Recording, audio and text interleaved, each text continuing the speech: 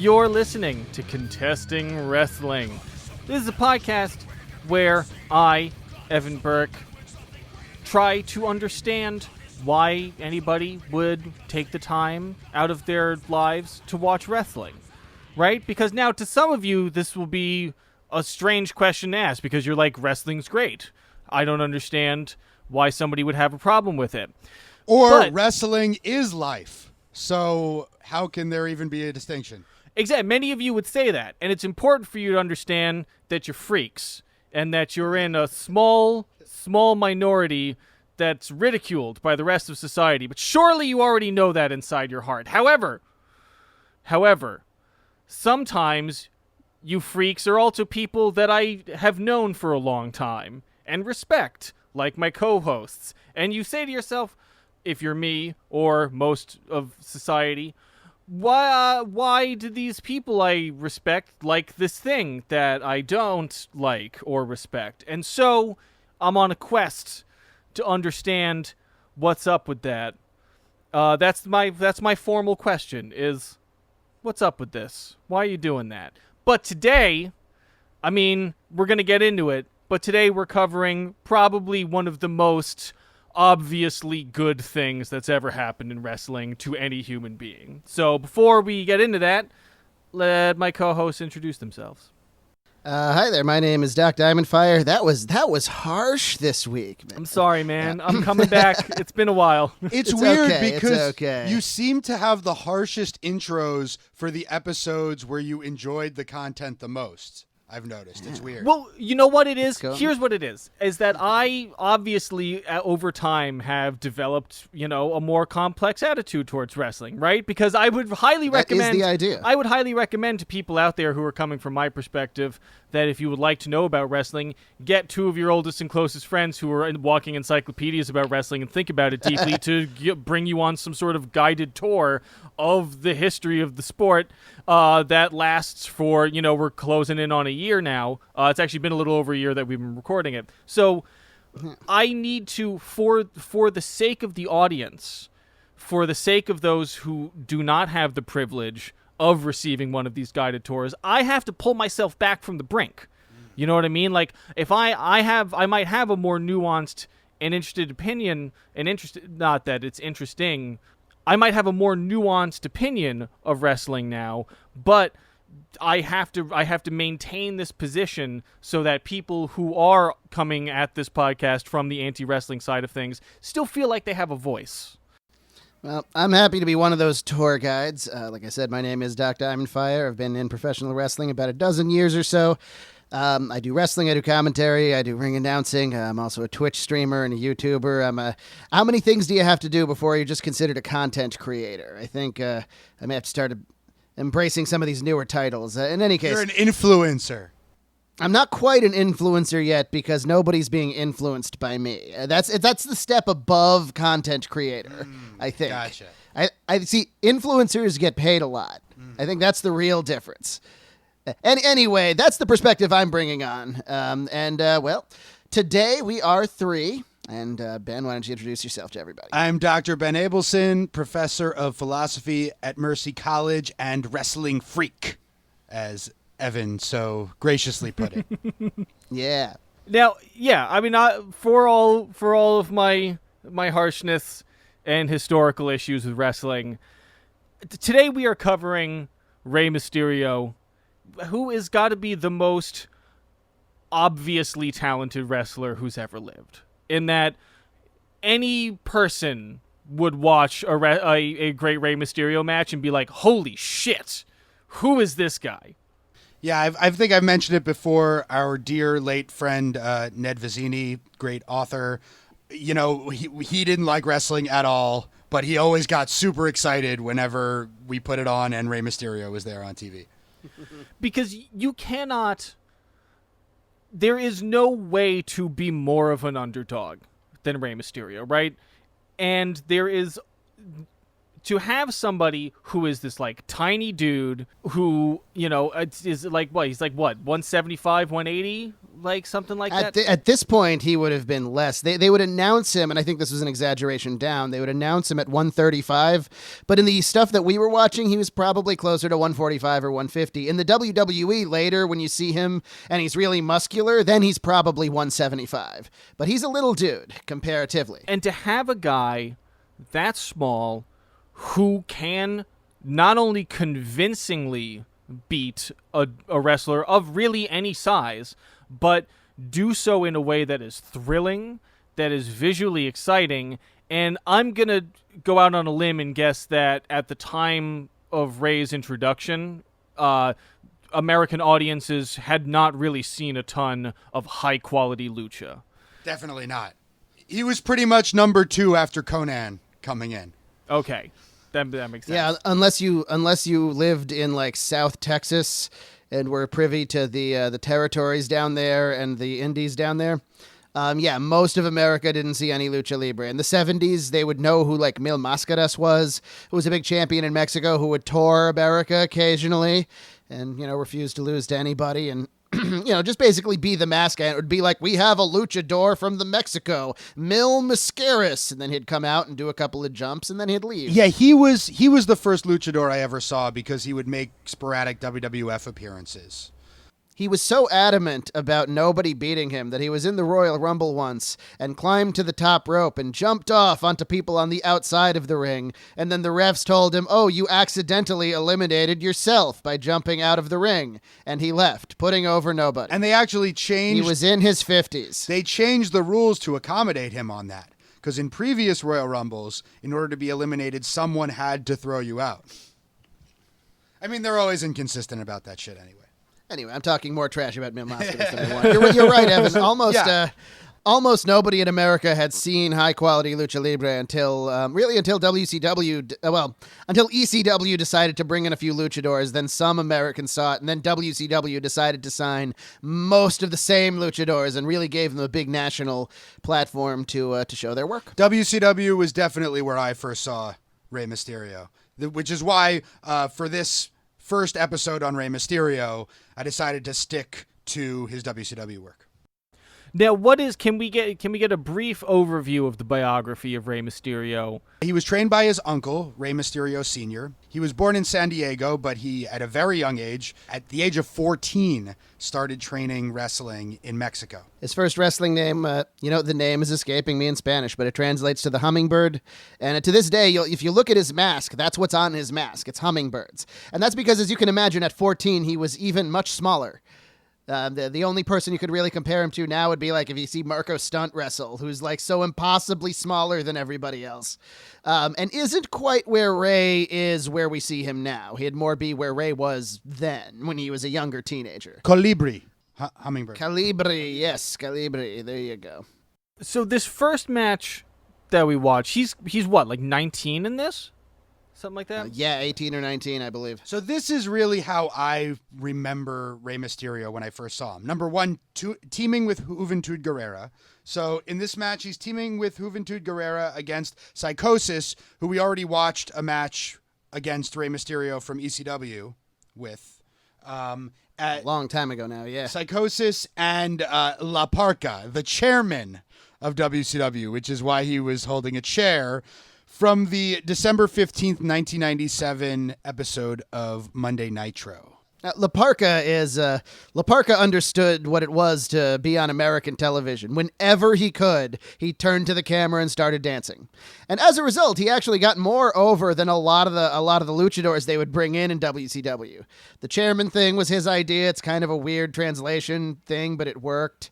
And it also helped that he was a little bigger than some of the other guys. In Mexico, where there are a lot fewer, I don't know if there are fewer rules, but the rules for copyright infringement are not enforced very well. He comes to the ring to Thriller and does the whole Thriller dance. And the bigger of a star he got, the more elaborate and more people would come with him to do the Thriller dance. It's just great. He is a sports entertainer extraordinaire. And this is the original La Parca. When he switched from one company to another in Mexico, and they gave someone else the La Parka gimmick, and he renamed himself L.A. Park, and he still wrestles as L.A. Park. The second La Parka has passed away. Now, what would you say was, we know that American audiences hadn't really seen great lucha. What would you say was the average wrestling fan's awareness of lucha and what it is and what the style is? Like, would it have been a complete, like, they got wrestling in Mexico? What? Or, like, what would it have been? Yeah. In the mid 90s, if you were a wrestling fan at all, you knew of Mexican wrestling. You knew that it was a big deal in Mexico, but you probably didn't know the names of any big luchadors at the time unless you were Mexican and were in tune with current Mexican culture. If you saw a luchador come in, you could probably identify because of the style of the mask and the way the person was wrestling. Oh, they're wrestling the Mexican style, but that would be it. It also, as you alluded to earlier, Doc, depended on what region of the country you were in. When I was a little kid, we went to San Francisco. And just San Francisco, and right. We went to some random store and they had CMLL action figures. I remember seeing Vampiro Candianez or whatever it is. That's great. Canadian, whatever. The Canadian vampire was the Canadian was Vampiro's vampire, original gimmick. And like wrestling coloring books and like all this shit. And I had never heard of any of these people before, but I identified it as wrestling, of course, and so made my parents buy it for me. Yeah, it was like in America, it would be like a subculture. It was more popular amongst people who liked like camp, when camp was kind of new in the late 70s and so on. People would like go get badly subtitled El Santo movies and show them as midnight movies and stuff like that. There was a camp store on Avenue A called. Oh no, First Avenue, called It's a Mod World. Oh yeah, I remember that. Yeah, that had a ton of lucha stuff. Definitely. Yeah. Now, I know that, like the lucha style, there wasn't really a lot of high flying in American wrestling and stuff like that. All those moves like the head scissor, the flying head scissors, and the Hurricane Rana, and whatever other weird twisty tilt-a-whirl, right tilt-a-whirl is one of them, that kind of shit. Is that all also from lucha? It didn't necessarily all originate in Mexico, but all of those moves are very popular in lucha. Okay. The Hurricane Rana, and it's something I learned training at Chikara. It was hammered into my head. The Hurricane Rana is a very specific move. It is the Rana of Hurricane Ramirez, one guy, Hurricane Ramirez, and it's specifically when you do the backwards head scissors and pull the guy all the way around to the pin.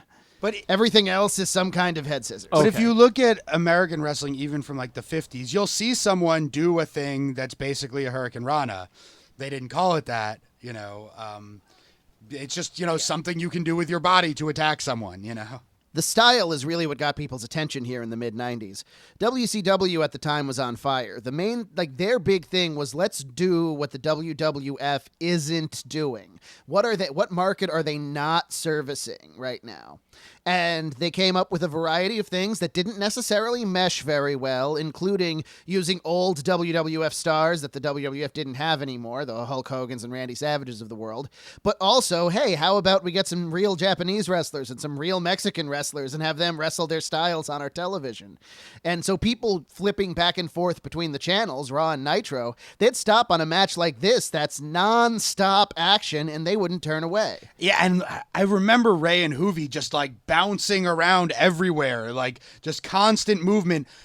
I had never seen anything like this at all, and it blew my mind completely. Hoovy was just as good as Ray. Ray eventually distanced himself from Hoovy in terms of being clearly the best of that whole pack. But at the time, the two of them were incredibly dynamite. The Psychosis was great, and La Parka was a little different than them. And none of them stopped moving this whole match. That also means none of them sell anything the entire time they're wrestling here. It's just crazy move after crazy move after crazy move. It's like, I like to compare these things to music. This is like one of those things where they have 5 virtuoso guitar players standing there, like trading solos for 20 minutes. And at no point is that not happening. And like, if that's what you're into, or if that's what the event calls for, great. But you're not going to make a hit song out of that. And sure enough, this style didn't get to the top of WCW for several reasons. But it's like, well, there are several reasons. I mean, we'll talk about that more in the next match too, I think.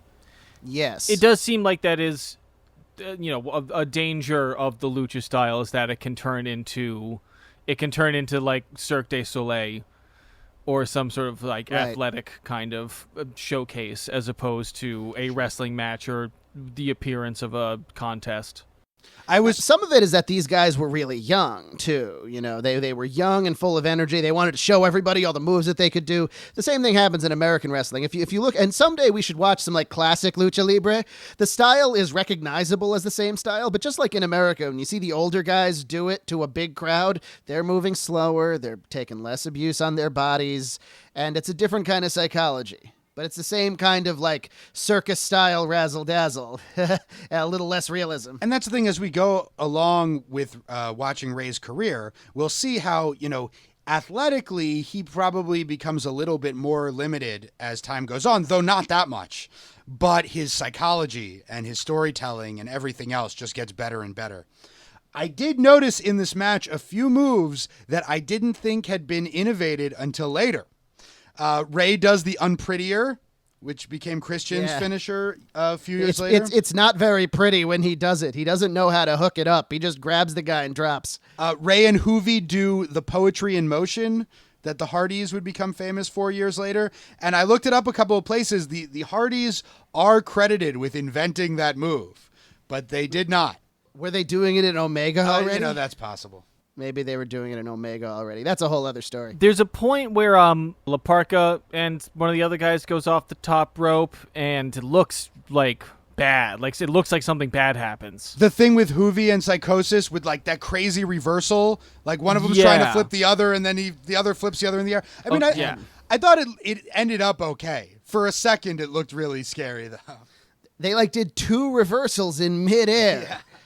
It was ridiculous. Oh yeah, and don't get me wrong, I'm not like criticizing they didn't execute it perfectly. I just saw it happen. I was like, that looks like someone almost died. I couldn't tell. I thought what was more dangerous was Hoovy does a tilt-a-whirl, I think on Psychosis, and Hoovy's so much smaller that he can't really control it and get him all the way around, so he does an impromptu, like, Michinoku driver. He drops him on the back of his head and shoulders instead of, like, a backbreaker or something like that. And it ends up also okay, but also very scary. Yeah, they look like Street Fighter moves, like mid-air juggle combos and stuff. Also, there's during so much of this, the commentators are just talking about other shit. Oh, that's fucking Just talking about WCW, other man. fucking matches. Like, oh my god. They're talking about Bret Hart, who's there, like, just after the Montreal Screwjob, apparently. They talk about Hogan. Like, you'll see, with every single one of these matches, no matter how important it is, and some of the stuff we're talking about today is, like, pretty monumental in wrestling history, there is absolutely no fanfare. There's no video package. There's no big interviews before and after. They immediately go to the next thing. They just fucking talk about Hulk Hogan. There aren't even any replays. I was shocked. This is the first time that I've watched any matches on the WWE network where if you go to the chapter that says it's where the match starts, that's actually where all of the relevant information starts, right? Because, and I know I've talked about this before, but I'm going to complain about it again, on the WWE network, when you go to the start of the match, you then have to rewind to see the video package that is where anybody watching this would start. Yes. There's so many fucking things wrong with the network. It's just insane. And like I know that like we're on the precipice of economic catastrophe unlike anything in living memory, and there's a pandemic and all this other shit, but like, god damn it. Don't make me go to the thing and then have to sit there and hold L2 until it gets, but I'm like, oh no, I've gone too far, and then I gotta watch the end of freaking Jake the Snake, some guy. I don't know. I just picked a guy. I don't know. You know how like in streaming services, there's that obvious thing that's great where you watch the first episode of something, and then when it's over, it will automatically take you to the next episode. The network does not do that at all. Like in fact, it's really hard to watch them in order because they'll put the earliest episodes last. So you've seen this, right? If you want to get to fucking like this is ridiculous. January of a year, you got to go through the whole fucking year. And it's just like, Vince, like, what is the good of violating all of these human rights if you can't even build a goddamn app that works right, you know? See, this is why their profits are way up. Oh, wait a second. Oh, no, their profits are way up. That's the problem. The joke is all of these complaints are valid, and yet they made way more money this quarter than they thought they were going to. This is the problem with late stage capitalism. The worse something gets, the more profitable it is somehow. I don't get it. I get it enough to be angry about it. Anyway, this match ends with Juventud hitting the 450 splash on Psychosis for the 1, 2, 3. Had a lot of impact. Yeah, it was a good one. Oh, Hoovy, though, had some problematic history with the 450 splash later in his career. Yeah, well, he has a lot of problematic history. You notice the ref in this match, Evan? This. It's Robinson, right? Of course. The most recognizable. I feel the only refs that I can recognize immediately are him and Aubrey Edwards. I thought we should watch this match first because it was really indicative of how I remembered Mysterio. I didn't realize, so the Malenko match is often heralded as, Mysterio's second best match in WCW after the Eddie Guerrero Halloween Havoc match, obviously. What I didn't realize is this match for the Cruiserweight title at the 1996 Great American Bash was actually Rey's debut in the company, which shows you how hard it was to get any fucking upward mobility in that company, that one of his most important matches was his debut match. Is this the first Dean Malenko match we've watched? It's the second. You saw him wrestle Chris Jericho. Right. Okay. Remember, he was dressed up as a luchador, and then he pulled the mask off. Right. He won the Battle Royal. Okay. But yeah, we have not gone too deep into Dean Malenko. He's great. I thought this was a fucking fantastic match. Awesome. I'm really glad. I was worried that you were. I was a little worried, too. Because it's so slow in the middle. Did lose me in the middle a little bit. I feel like I'm starting to learn enough about wrestling where I can sort of... The first 50% of this match and the last 20% were really great. So the fact that there was like a 30% sort of chunk in the middle... And it's not like nothing was happening in that chunk. But it was... It did start to get a little bit too... It's good to see a guy get his ass kicked a whole lot because that's important for a story. Right. But there is a point where it starts to really lose me. Well, I have a lot to say about it. But yeah, Doc, you go first. Watching these two matches in succession, I made the comparison of the Lucha match of a bunch of guitar virtuosos trading solos. Dean Malenko is not that kind of wrestler. Dean Malenko is more like the famous solid studio musician that's played on all of your favorite albums that holds it down while your favorite guitar virtuoso picks their solo at the right time. And that's the dynamic him and Rey have. Malenko is the kind of wrestler, he's the heel in this match. And he doesn't have a lot of, charisma and personality, really. But he knows... The Iceman. He's the Iceman. But he knows how to be a heel nonetheless. And what do? You take the crazy high-flying guy that everybody wants to see fly around, and you ground him, and you keep him on the ground, and you make it kind of boring. Right? You put him in a bunch of holds so that when he makes his comeback and he does all the flying again, the people are really happy, especially when you, the heel, end up winning, and then they really hate you for winning.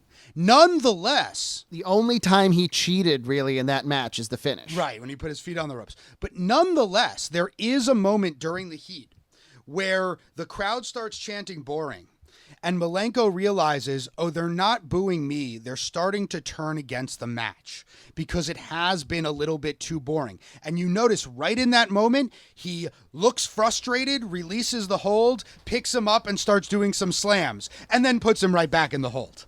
Right. And so I thought that he doesn't completely change his strategy. He just is like, we need a little salt and pepper. Exactly. So he puts in a little salt and pepper. If he were Daniel Bryan or Bryan Danielson, he would have said some shit to the crowd as well to acknowledge it, like, oh, you want boring? It's abdominal stretch time. But that's where Bryan has that other layer on top of the Malenko style. Two things that I noticed about this guy. One was when he starts to look frustrated, it's really powerful because he doesn't have any other emotions. Because he really just seems like a robot that was built to wrestle, which it seems like a character that if you pull off is great. Absolutely. Right? Like he sort of... Yeah, and he pulls it off. He reminded me of, this is going to sound bad, and I don't mean it in a bad way. He reminded me like if Kurt Angle had no personality.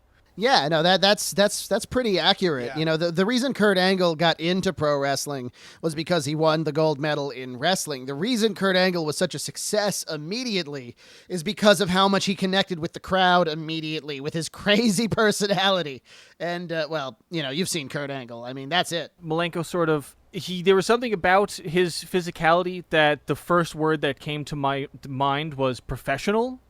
Kind of where he just seems like he just really he's like, it's hard to articulate what specifically he did, but there was just something like there was such confidence in the moves and such clearly this like deep knowledge of amateur style wrestling that it really, he was more like an assassin like figure than any of the wrestlers I've seen who incorporate that word into their character somehow, where he just is, like a wrestling machine. Yeah, and Man of 1,000 Holds. The original Man of 1,000 Holds. Him and his brother Joe were a tag team in Japan for years, and they both had like that same style. And his father, Boris Malenko, trained a bunch of people. The great including Malenko. Dean, of course. Yes, the great Malenko, Boris Malenko. Yes, that's where that comes from. And yeah, great. All of them could rip your head off without blinking, and but they wouldn't. I was gonna Unless they were wrestling you. Right. I was going to say about Angle, it's interesting because this is thought of as one of Rey's best matches in WCW, and we'll watch it eventually. Possibly his best match in WWE is his match with Kurt Angle. And this dynamic between him and like a super technical guy, I think works really, really well. Well, because it works not only for the storyline of getting to see two people who have such radically different styles wrestle, but it's also just visually really interesting. It's really, you kind of hit on it earlier where this match basically was just alternating between Malenko doing these painful, real-looking holds and Rey sort of escaping that and getting to like fly around and hurl himself at the dude, and it created a really nice balance that could have been a few minutes shorter, if I'm getting picky. But overall, I thought it really, really worked to just stay interesting. On the time thing, nowadays, like they gave the match a good amount of time, right? Nowadays, if they took two guys who were, maybe used to wrestling short matches and they're like, you have a little more time, what would they do? They'd put a bunch more moves in. That's not what Dean Malenko did, right? He stretched out the heat. He stretched out the slow part of the match, not adding more moves, because adding more moves is not going to make any of those moves more impactful and more exciting. Yeah, he didn't want to be part of an exhibition. He wanted his match to be seen as a championship wrestling bout, which was what it was, because this was for the Cruiserweight Championship. Now, unlike the other match, the announcers were mostly talking about this match during the match. Mike Tenay, it's kind of funny because I thought Rey actually really held up well against Malenko in the like technical stuff at the beginning. And Tenay says like, oh yeah, Rey, he's mostly a high flyer, but he can do technical stuff, and vice versa. Dean Malenko can do high flying. Not as true.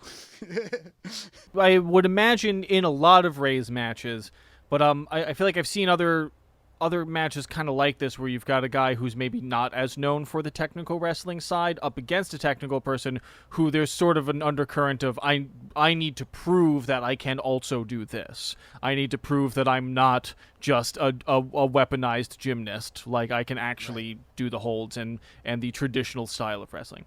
On the commentary thing, this might be the first match that you've ever heard Dusty Rhodes on commentary. Oh, he's great. He's great. This is what I want.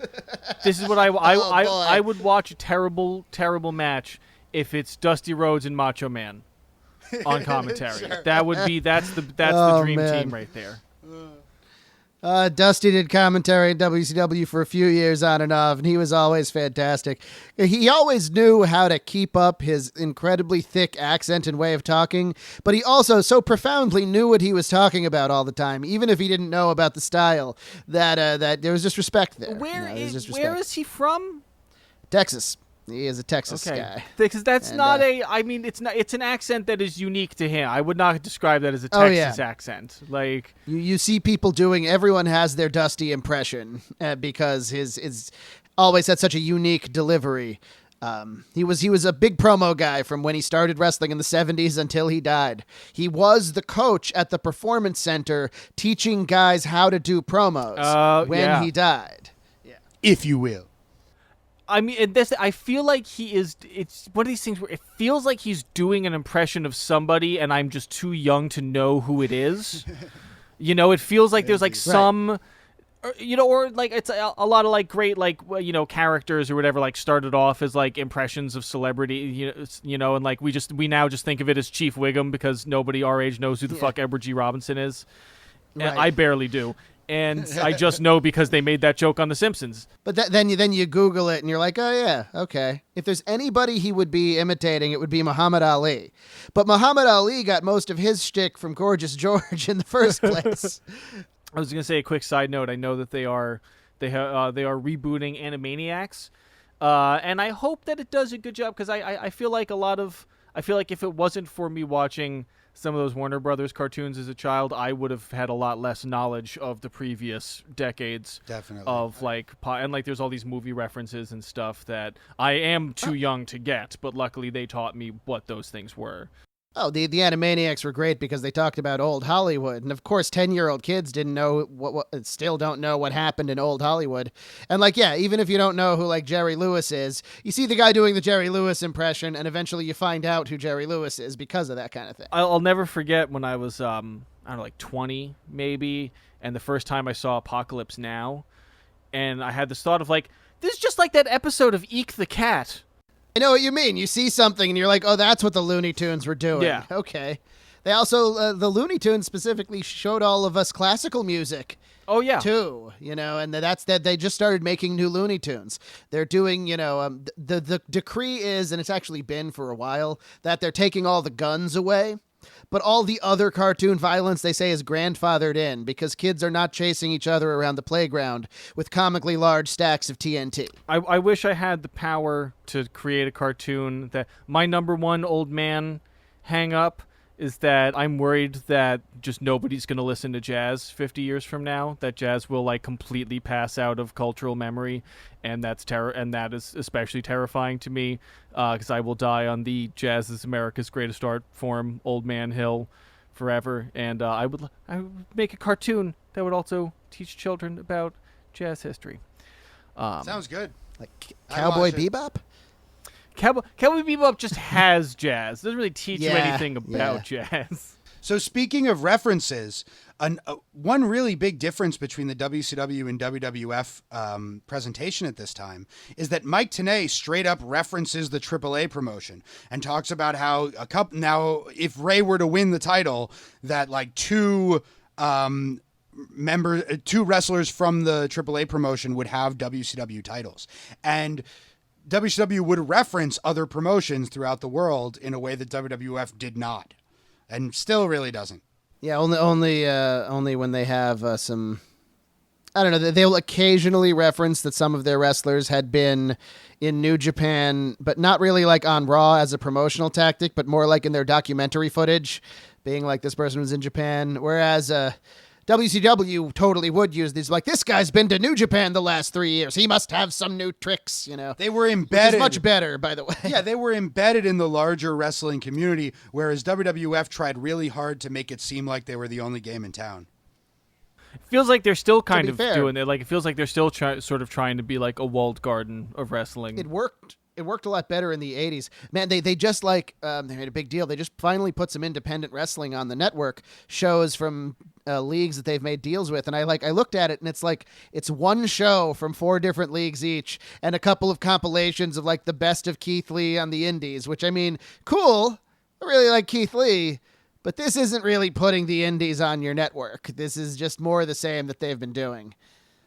So this match ends pretty much with Mysterio hits what would later be known as the West Coast Pop, the springboard Hurricane Rana. Malenko kicks out. Rey goes for another Hurricane Rana, which Malenko reverses into a vicious power bomb, and then he puts his feet on the ropes and gets the 1-2-3, and Malenko is still the Cruiserweight champion.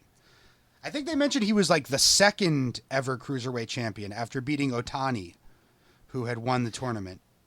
Something like that. I know that they had introduced the Cruiserweight Championship like that year as a way to differentiate themselves from the WWF, who had gone so hard into like big guys and, you know, bulky moves. And later the WWF would introduce their light heavyweight title, which was not nearly as effective. They were not, because they weren't willing to have the guys wrestle a different style. They ended up like having they ended up giving it to like one real Japanese wrestler, Taka Michinoku, and then have him feud endlessly with Jerry Lawler's son, Brian Christopher, who wrestled like, you know, Midwest Memphis style, very like grounded and not very exciting. Meanwhile, you turn to WCW and the Luchadors are doing their stuff and Dean Malenko is doing his stuff, and there was no contest. The term light heavyweight it makes me think of like when I've seen Fat Free Half and Half and my brain rejects its existence. The only reason these weight divisions have names, I mean, not even just in wrestling, but just in general, is because it sounds better than just listing the weights that they represent. That makes sense. Especially in wrestling when they usually don't actually represent that much. But like in boxing, for example, there'll be like 7 or 8 weight classes. Or in UFC, they used to have, I don't know, like 9 weight classes. I think they cut 1 or 2 of them down to absorb into each other. And they all just needed a name, so they'd be like light heavyweight, heavyweight, and super heavyweight. But I think because then there's like several other ways to describe lighter and lighter people up until you're fighting at 115 pounds. I think, to Evan's point, though, cruiserweight sounds a lot better than light heavyweight or featherweight or straw weight. I think the smaller women in UFC are the straw. We're gonna have our 105 is straw weight. Yeah. Oh, we're gonna have our teeny tiny Wigglesweight champion now. Right, exactly. But what are you gonna do if you're gonna fight other people who weigh 105 pounds? Some of those straw weights, like Rose Namajunas and shit, like are fucking hardcore as hell. Oh, they're as good fighters as anybody else, but you know, they're also tiny. So one last thing about Dean Malenko. The year after this, 1997, Pro Wrestling Illustrated was the most popular wrestling magazine that covered a variety of wrestling promotions. This is how Doc and I learned about ECW and Japan and Mexico and everything when we were kids, and the territories and everything. So in 97, there just wasn't any. So PWI also does a top 500 wrestlers every year, which is fairly influential. In 97, there was just no clear number one because everything was such in flux at the time. So they just made Dean Malenko number 1. Despite him, you know, not being anywhere near like the most popular wrestler, but their readership loved him and his matches were just so fucking good that they were like, yeah, we'll just make him number 1 this year. They specifically said, since there's no clear number 1, we're going to give it to who we believe is the best technical wrestler in the world right now. Looking back on it, they probably should have given number 1 either to the Giant, which they didn't want to give the Giant number 1 because it was his first year in the business. And the PWI 500 is normally an in kayfabe list. And all the Giant did all year was win the title and just beat everybody. Or they could have given it to Mitsuharu Misawa, but they didn't want to give it yet to a Japanese wrestler in a magazine that was almost exclusively read by Americans who had no idea who he was. They finally gave it to a Japanese wrestler a couple of years ago when it was unquestionable that Kazuchika Okada had the best year in wrestling. One of the best years in the history of wrestling, really. And they did a whole thing in that issue apologizing for not featuring Japanese wrestlers more prominently over the years, etc. This year in the PWI 500, they're just going to straight up allow women. Usually they'd put a woman here or there if they fought like primarily men, but with the prevalence of intergender wrestling and so many women that are wrestling a lot of men, they're like, we're just gonna take into account the same things we'd take account for anybody else, win-loss record, exposure, etc., etc. Yo, Send I them want on in. Asuka to be number one this year. Yeah, Or Sasha, but no, probably no, Asuka. it's not like that. They're taking women who also wrestle men. Because they are going to still publish their separate list of 100, I think it's 100 now, women's wrestlers who primarily wrestle women. Gotcha. It's a step in the right direction. I mean, what do you want from a magazine, which is kind of an antiquated way to get your information in the first place? I thought of this question, and it's not really related to anything, but so at some point, maybe in like the early 20th century or something, was anybody doing child wrestling? Is anybody making kids get in there and wrestle for people's enjoyment? Well, Ray was Rey Mysterio 14 was when he 14. started. That's very true. Yes. There was Mat Rats. Do you remember Mat Rats? Mat Ben? Rats? Hold on. I can't think of any details. Let Well, me we let me we need to quickly look this up. Google that. We have to look this. I will cut this weight. So while Doc is looking that up, I will talk when we talk about Stardom and like modern Japanese women's wrestling. The women do like start kind of disturbingly young in these promotions, especially the ones like Stardom that like aren't like hypersexualized in an explicit way, but are in like subtle ways, like the kind of camera angles they use and stuff like that. That makes it like some fairly uncomfortable in some cases. But I'll make you watch one of those matches to make you uncomfortable, Evan. That's deeply uncomfortable. Yeah. And I love Stardom. Don't get me wrong. It's awesome. I usually skip the match. Usually like the first match on the card will be the super young girls, and I usually skip those because it is disturbing. Okay, I found one article on Mat Rats. It was in 2001. It failed, and some of the names included Harry Smith, Natty Neidhart, T.J. Wilson, Jack Evans, Renee Dupree, and Teddy Hart. What? Almost none of them were 18 at the time. But they weren't like children. They were like teenagers. I believe they were teenagers. This isn't a very comprehensive article. I'm not going to plug it. I'm trying to find more information. It was a concept that tried and failed, so it's not like there's a million things about it. Yeah, I feel like, I mean, obviously I've done no research and we have no factual basis for this, but I definitely feel like there was like some Dickensian shit happening in like at some point in the 1800s where people were just making the kids get in there and fight I'm sure. for everybody's amusement. I think that's what I was picturing. I think I was picturing like Right. the Charles, Yeah, like not necessarily professional wrestling. That would be more of a straight up sideshow. yeah, and probably less wrestling and more just like fighting.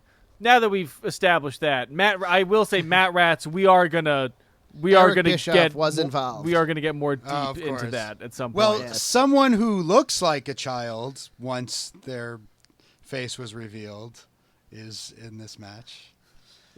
We watched one more match for this episode. We watched Rey Mysterio and Conan, who we've seen Conan several times on Lucha Underground, but I think this is the first time Evan's gotten to see Conan wrestle. Oh, it's the same guy. I didn't Yeah, even it's the fucking same put that guy. together. Conan. Yeah, 20 okay. years previous, Oh, wow. back when he could work. Already over the hill, though. Already kind of over the Already hill. not yeah. what he was. But yeah, Ray and Conan against Kevin Nash and Scott Hall of the Outsiders and NWO. Oh, at their outsideriest. Yes, in a mask versus hair match where Ray's mask was on the line, and did you recognize Miss Elizabeth? Her hair was on the line. She Okay. was the woman who was there with Nash and Hall. Right, She's- she was she was like She was Randy Savage's valet right? and wife. Yeah, okay, yeah. The first lady of pro wrestling in the 80s, as they called her. She did the thing that she did best, stand there and look concerned the whole time. Yeah, so this is Now- from Super Brawl 9, well into like not well into the dark period of WCW, but on the way for sure. The decline of WCW. Yeah, 99. Everything had already started to really go south. People thought it was bottoming out, and then the next year happened. I had never seen this match before because I wasn't keeping up with WCW by this point. this is a big deal. The mask law, right? Because I was kind of confused at the end from what I understand of the importance of masks to luchadors. And then I also noticed right away, is this like into Scott Hall's drinking problem? Yes, because he's clearly drunk. Dude, he looks so bad compared to we did. Oh yeah. We did some episodes that he was in recently, like within the last couple months, where I was like, man, this guy's a fucking good-looking guy, and he comes out here, and I'm just like, oh, you are somebody's drunk uncle who is getting inappropriate at Thanksgiving. Yeah. Incredibly, he still works the match pretty damn well. He was one of the greatest workers of all time, but as soon as his decline started to happen, he started to just lean on what he could do. And I don't know, it's just so sad to watch him because as big of a star as he was, he could have been the guy if he had hung on for a while longer. And I don't know. I'm a big fan, you know? Yeah, no, I feel the same way. But apparently, I read up on it, taking Rey's mask off was Hall's idea. And I believe that he had good intentions. The idea, the way he pitched it to Rey was, look, you have a great face for TV. People should see your face. You can do a lot more with it. The reason why I think he really did have those good intentions is that Nash and Hall sell hardcore for Rey this whole match. Especially Nash, bumps huge. And, Rey is really believable in taking them down, but they help that a lot. They really put him over hard despite the fact that he loses the match. Yeah, one of the secrets to Nash and Hall's success is that despite that they were such big guys and that their moves looked like they were huge bullies, they would sell for anybody because they know that's where the money is. That's what people want to see. They want to see the bad guys in trouble.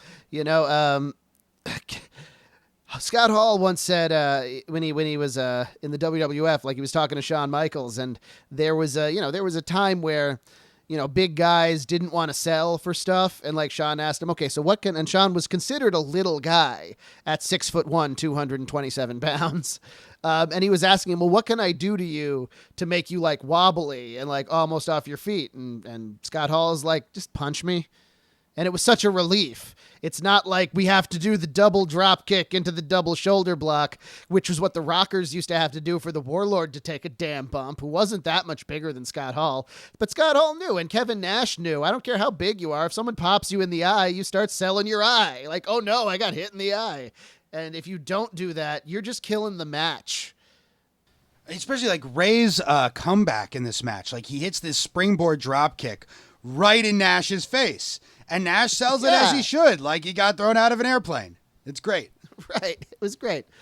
So, of course, the whole match eventually leads up to the big Rey unmasking. Though. Right. So the actual finish is Liz distracts the ref. Luger takes out Conan from outside. Rey's pinning Nash. Hall breaks the pin, gives him a nasty outsider's edge, as it was called by then, formerly the Razor's Edge, and then just drags Nash on top of him. So Nash pins Rey while he himself is completely unconscious, right? So wins through no fault of his own, which still protects Rey. There's a moment where the ref is distracted, and Rey pins Nash for an amount of time that clearly would have been a 3 count. Right. Right. Like and like so it's like he wins in the eyes of the audience, and also shows like the bad guys, they can't beat them without cheating. Yeah, he gets the visual pinfall, as they call it. Yeah, and right, and there's so much cheating, right? Liz is involved, Lex Luger is out there with his broken arm getting into it. So then they do the actual unmasking, which I thought was really good. Like Rey, he looks like, while he still has the mask on, he looks more upset than any person I've ever seen before. Like, and his lip is quivering. He spits defiantly at the outsiders as Conan is unlacing the mask. The drama of it is really great in that moment. And I wonder how much of that, might have been a real thing, right? Because I definitely, my impression, which might not be real based in reality, but my impression of this was like did they come to Ray and like make him some kind of offer that he felt he couldn't refuse? Was he sort of trapped in this moment of like, I need to do this for my career on American television, even though, because it like his worry to me looks real. Like, Yeah. it looks like he is just yeah. like, oh no, He I am was- like destroying my reputation back home. He was under contract to WCW. Yeah. They're like, they had the authority to unmask him. Now, WCW at the time had developed such a horrible reputation, and since it went out of business like 2 years later, pretty much everybody, even in Mexico, forgave him when he put his mask back on, which is almost completely unheard of in Lucha Libre. Yeah. But they were like, well, he didn't lose it in Mexico. It was this WCW stuff that treated a lot of our guys badly. So that was that. Plus, when he went to the WWE, they wanted him to have his mask on because, of course, they did. They could sell masks to the kids. He could be a superhero, all of that good And stuff. I think beyond that, like, he was definitely upset about it. He did not want to do it at all. However, he probably, at least part of him was thinking, maybe Scott Hall is right. I've been this fucking awesome performer for years now, and I'm still kind of in the same position that I was in before. Maybe if I take off the mask, I will get a main event run or something like that. It didn't happen. They ended up teaming him with Conan and a couple of other Mexican guys, and they became and Billy Kidman, who was not a Mexican guy, and they became the Filthy Animals. Yeah. Oh dear. How did like the luchador, the council of elders of luchadors, I imagine that's the official title of that. How was their reaction? Well, at first it was like, okay, a guy lost his mask, fine. That happens all the time, in Mexico. It's a big deal. The real question is, like I said earlier, is when he decided to put it back on, they just sort of accepted it, which they don't do very often. I remember hearing some rumor that he got jumped by some guys in Tijuana. Oh, I'm or sure he something got like some that. heat. I heard some rumors too, but it was like, if all of that was true, how come he was on tour with the WWE that whole time? We're gonna cover the end of his run in WCW and the beginning of his run in WWE and him putting the mask back on and stuff in the premium episode in more depth. Yeah. So, Patreon subscribers, check it out. Yeah, it's gonna be good. Well, I think that's unless we've got some final thoughts. Well, Rey Mysterio in WCW was really great. Everybody who saw him knew that, and WCW didn't really know what to do about it. Those are my final thoughts. A couple more things. I mean, we didn't talk about Conan much. I said he was like kind of already over the hill at this point. He does do his little rolling lariat thing that's kind of cool, but really he very quickly after joining WCW, I don't know, just lost his fire for it. Maybe for good reason. I don't know. He became more of kind of a producer, and he was responsible for bringing all the other luchadors in. I think he was doing a lot more behind the scenes by then. But the last thing I wanted... Yeah, Doc, do you have something on that? No, he was the liaison between AAA and WCW. Most of the luchadors coming in were directly doing business with Conan, not with WCW. Eventually, they started doing business directly with WCW, but I think he greased the wheels a little bit in terms of like getting the foreign guys to be able to wrestle with America. To wrestle in America. And he got a lot of guys into WCW making that WCW money, even if they weren't used very well. So we talked about it earlier in the episode, but I just wanted to reiterate that at the end of this match, nothing happens. Like the dramatic reveal of Ray's face, like that's really done well. And then 30 seconds later, they're on to the next match. And like WWE gets a lot of flack for having like too many video packages and too many replays and like filling time with this kind of stuff. But at the same time, like it's very important to the WWE that certain moments are memorable. And in order to do that, you kind of have to pad those moments with a lot of other like B kind of content to make them stand out as important.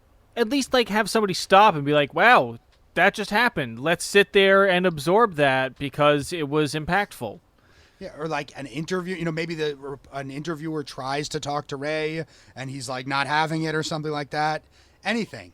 And it's the real problem with WCW is they didn't know how to create those moments really. every once in a while they'd get lucky and something would be memorable on its own, but they didn't know how to produce great memories the way WWE has been able to. It's kind of like how, one of my biggest beefs, if you watch horror movies or something like that, is like zombie movies, is that there's very rarely a scene where people stop and just like kind of take in what's happened so far. And just that sounds like that would be a thing that would destroy the plot. But sometimes it's important to see characters be like, man, this is fucked up what just happened. I need to, I'm not doing okay right now. And then carry on with things after that. It's fine. But stop in wrestling especially, I feel like if you just move on, I don't know. At least it was better than the WWF, who fucking scraped Owen Hart's dead body off the mat and then sent 2 more people out to have a match right afterwards. Really? They didn't. I don't think he was dead in the ring. I believe he died within the hour. I thought that he died on the way, actually, that he was already dead when he hit the ring post. I'm not sure. No, he didn't. He wasn't. I thought he had a heart attack in midair or something like that. I've never heard that. No? No, but I didn't watch the Dark Side of the Ring. I don't remember what they said in the Dark Side. It was in the Dark Side where they talked about how his blood was still on the fucking canvas. Yes, and his blood was still on the canvas. Kept the show going. Yeah, they have that show on the network, heavily edited. There was a debate when the network started up, should they put that show on the network, and they decided, well, we're going to cut all of the offending stuff out for completionist sake and put the rest. The show with the very unfortunate title, Over the Edge. Oh, man. Yeah. I remember not ordering that one for one reason or another, and I was watching the pay-per-views at that time, which is just, for one reason or another, wasn't watching this month's one. Anyway, Rey Mysterio. Yeah. a shining light in the darkness that was much of wrestling for most of the 80s and 90s. And really one of the only wrestlers before we even started this podcast that I would have said, oh, well, that guy obviously is cool. Obviously, that guy's obviously doing great shit. Yeah. You're probably going to get really frustrated when we start talking about his WWE stuff. Oh, I'm sure. Next episode we do on it. I'm sure. So yeah, if you enjoyed this episode of Contesting Wrestling, you should check us out on Patreon, patreon.com/contestingwrestling, where we put out an extra episode every week, $5 a month. There is also a $1 thank you tier, where if you don't want to go the full $5, which hey, totally understandable, you don't get the bonus episodes, but you do get to hear the main feed episodes in advance. At least normally you do. It's been a tough summer, but it's coming back. We're going to wind up probably doing about 4 episodes total on Rey. So, it'll be 2 main feed episodes and 2 premium episodes. So if you dig it, you should check us out. It's good stuff. Also, if you donate $5 to any number of the important organizations, including some of the ones that you may find in the show notes of this very episode, take a screenshot of your donation receipt and send that to us. We will still send you a link to the premium episodes so you can hear them. So, yeah, give either us $5 or somebody who is, frankly, far more deserving of $5, and then you get the premium episodes either way. And, if there's a cause you believe in that isn't one of the things we've listed, we'll take that into consideration as well. Absolutely. Yeah. And now, if it's a dumb cause, if you're just look, I gave $5 to help build more racist computers, we're going to be no, that's not, we don't want that. Okay? Or if you're going to be I donated $5 to me expanding my classic Beanie Baby collection. Also, no, that's not important. Sorry. I'm sorry if that's hard for you to deal with. Follow us on Twitter @ContestingW. Let us know how you feel about this or just things. Also things. Those are important as well. This has been Contesting Wrestling. We love you.